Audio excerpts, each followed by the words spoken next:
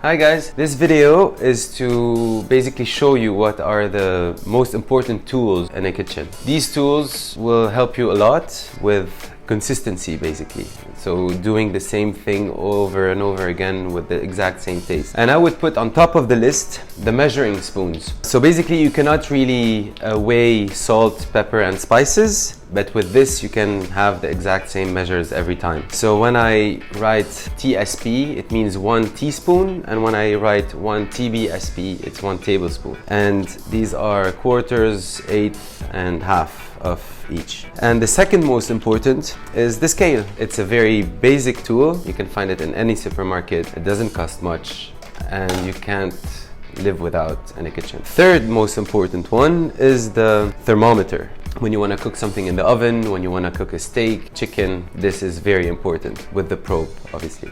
I hope this video was helpful. If you have any other question, please don't hesitate to text me or leave a comment below. Cheers.